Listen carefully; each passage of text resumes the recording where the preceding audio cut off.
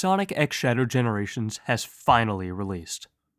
And so have we. After 100% completing it and sinking over 100 hours into the game, I can confidently say that this is one of the best Sonic games ever made. Not only do you get Sonic Generations, already a stellar game, but it comes packed in with a brand new campaign, Shadow Generations. This extra side story is one of the most polished and fun Sonic experiences I've ever had. Everything from the story, to the visuals, to the gimmicks, all make this the perfect package for series newcomers and veterans alike.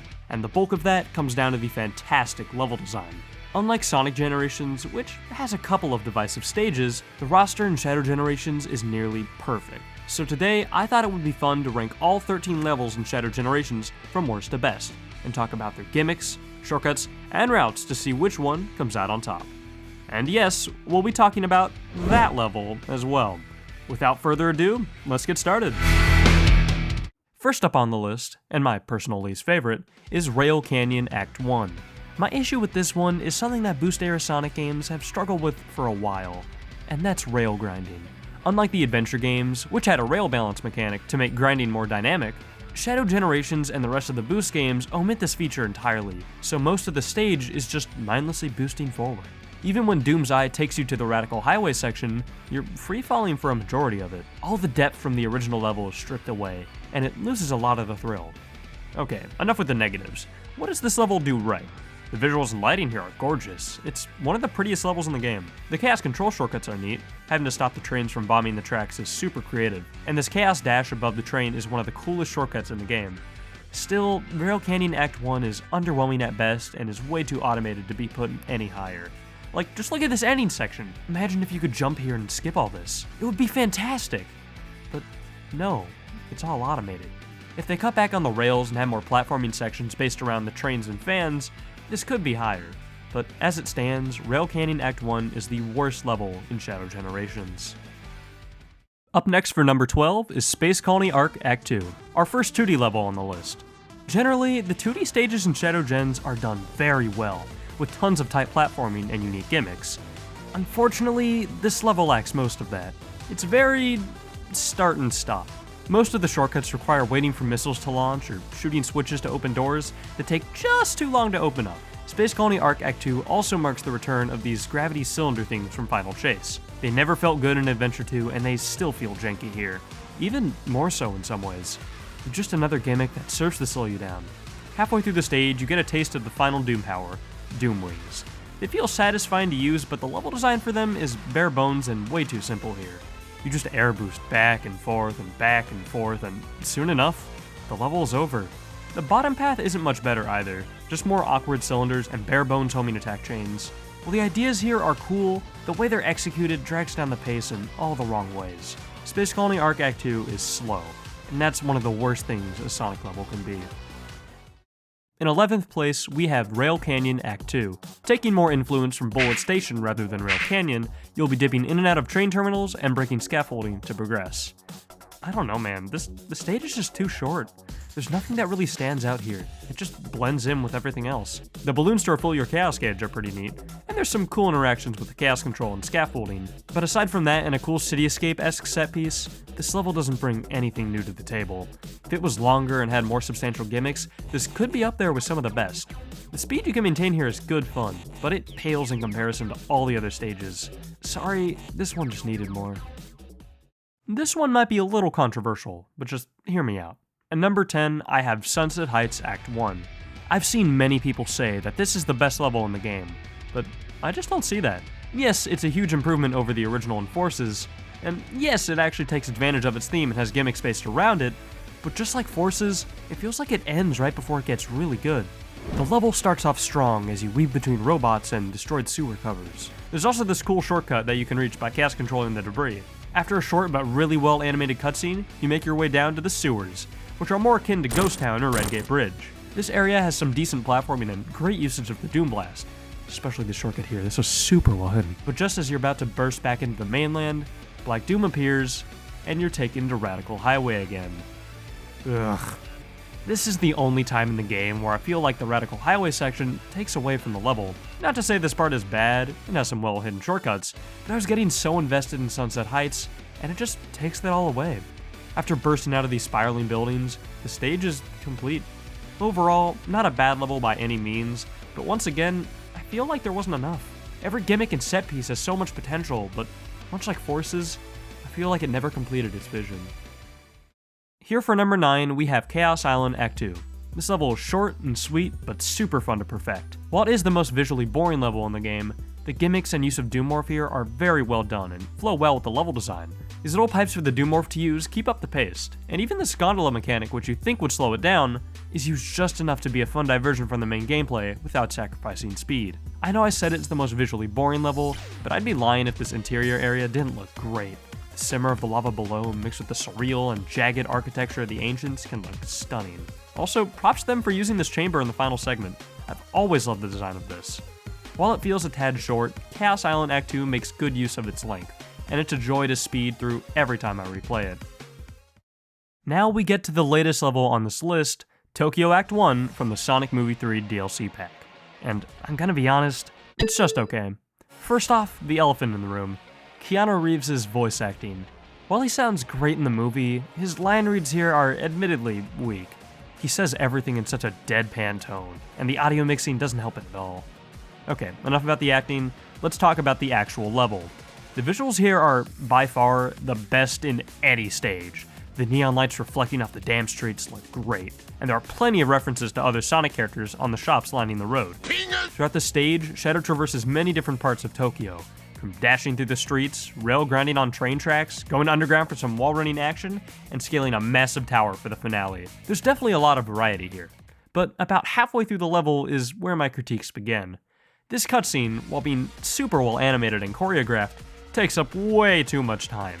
There's another one to finish off the level as well, and in total, these two cinematics are around 53 seconds long, which is insane for a 3-minute stage. On a good run, 1/3 of the stage will just be watching cutscenes. Even though the shortcuts and platforming sections here are designed well enough, the length of these mid-level cutscenes can make it a slog to replay. If there's a way to skip these or just disable them entirely, I would probably rank it higher, but as of now, that's just not the case.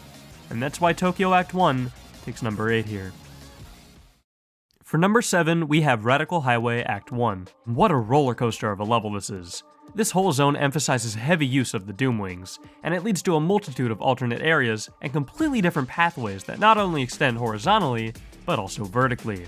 Everywhere you look, there's gonna be another route to take, sometimes crossing over with and connecting with others. And with creative use of the Doom Wings, you can weave in and out of the air and ground paths for some dynamic gameplay. The references to the original stage are well appreciated here as well. Being able to grind up and down the bridges is wonderful to see again. Even without Doom Wings, this level is a treat to play, and the lower paths offer up some engaging and, at times, really challenging platforming. I love how they transformed this level. They did a much better job than the 3DS version of Generations, that's for sure. Taking 6th place in our ranking is Radical Highway Act 2, the final level of Shadow Generations. Instead of feeling like a roller coaster like Act 1, Act 2 feels like an overload of everything. The level design, while crafted perfectly, gives off a sense of randomness and chaos, like Black Doom is desperate, throwing everything he has left at Shadow. The lighting here is also stunning. The bright yellow sunrise and downpour of rain contrast to set a tone of finality, fitting for the endgame. One thing that immediately stood out to me was how well the shortcuts are hidden here. Like, I swear this rail wasn't here when I first played this, and these enemies over here blend in so well with the environment. There's even a section where you run on the guardrails for the Radical Highway roads, and it's super cool, but even there's other pathways depending on how you Doom Blast this enemy. There's so many alternate pathways here, it would take me forever to name them all. Scattered throughout the stage are these mini-boss sections, and surprisingly, they don't break the pace one bit. They're quick, offer a fun challenge with the hurricanes, and if the level is mastered, can be skipped entirely with the Doom Wings or spear gliding. Even without the Doom Wings, there's still a wide variety of routes to explore, and the added challenge to the platforming without the wings is much appreciated. Radical Highway Act 2 is great, and a perfect way to cap off the game. My pick for number 5 is Sunset Heights Act 2. Now, I know I said Act 1 was pretty underwhelming, but everything that this level does there, it does even better in Act 2. First off, the aesthetic. It may not be sunset anymore, but this dark atmosphere and unrelenting rain give it a much harsher vibe. Unlike Act 1, the Death Egg robots here have a much more aggressive role in the level. Instead of just throwing rubble and appearing in a cutscene, they actively try and destroy the platforms you're using. There's even some sections that reference parts from the Forces DLC, Episode Shadow. Halfway through, you drop into the sewers, which call back to the vertical splitting pathways in the classic games. A nice detail is that the higher paths take place in the background, so if you fall to a lower path, you can see what you missed and how you can do better in future playthroughs. After gliding through the water with Doomsurf, there's one last confrontation with the Death Egg robot, and the level is complete. Sunset Heights Act 2 really shows how the 2D levels can compete with, and even surpass their 3D counterparts, in more ways than one. Fantastic level all around. In fourth place, we have our final 2D stage, Kingdom Valley Act 2. While Act 1 focuses more on the ruins outside of the castles, in Act 1 it feels like a journey. You start out by platforming around some ruins, till you're thrust into the castle for some smooth platforming, and then you make your way up to the top by running along the castle walls. Doom Blast is used effectively here, letting you skip small sections by launching black arm soldiers into the windrail pedestals. And when you get inside the castle, you'll have to traverse these moving pillars that can unlock new areas with chaos control. Not to mention, there's a hefty amount of actual platforming here. Homing attack chains are sparse, and you actually have to land your jumps to proceed. Near the end, there's the set piece where Shadow launches out of the castle and catches an eagle in the air, and when the music syncs up, it feels so satisfying.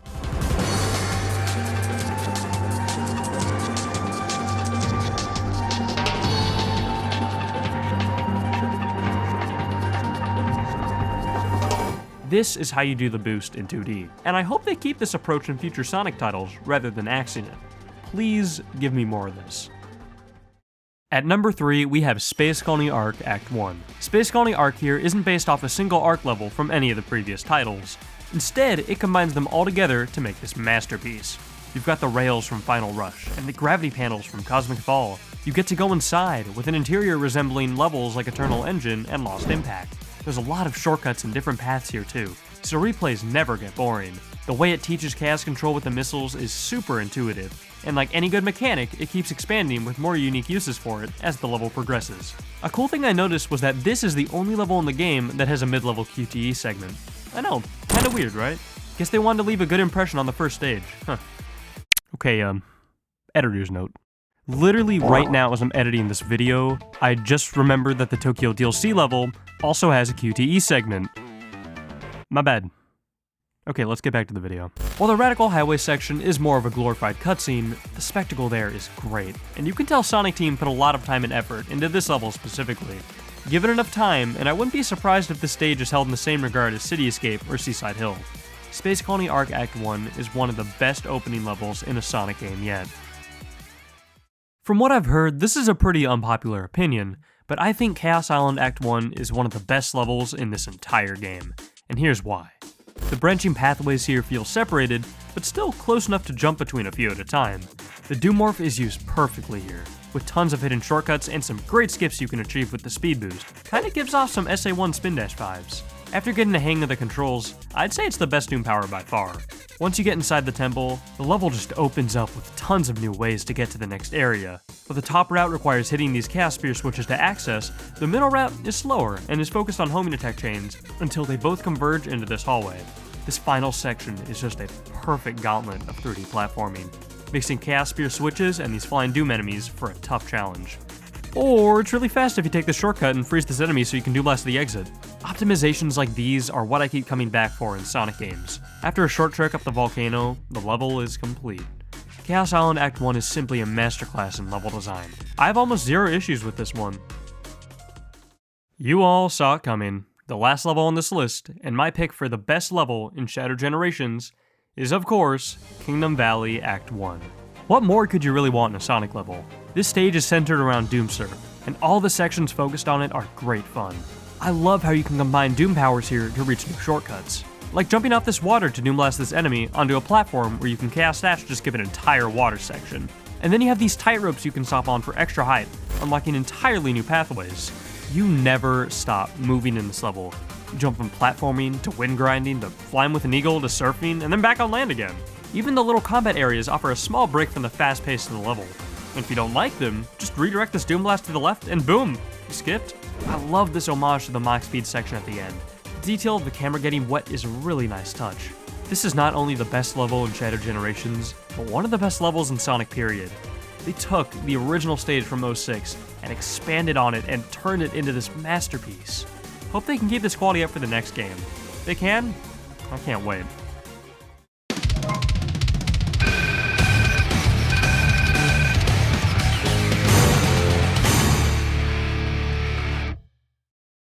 And that is every level in Shattered Generations ranked. The quality of these levels is overall pretty close. I wouldn't blame you if your list is completely different than mine. But what matters is that each stage is unique in their own way, and all of them are consistently fun. Damn, you made it to the end. Thanks for watching. If you enjoyed this video, consider liking and subscribing and doing all that stuff YouTubers say. I also stream occasionally, so be sure to check those out when I do. Anyways, I hope you all have a fantastic day. See ya!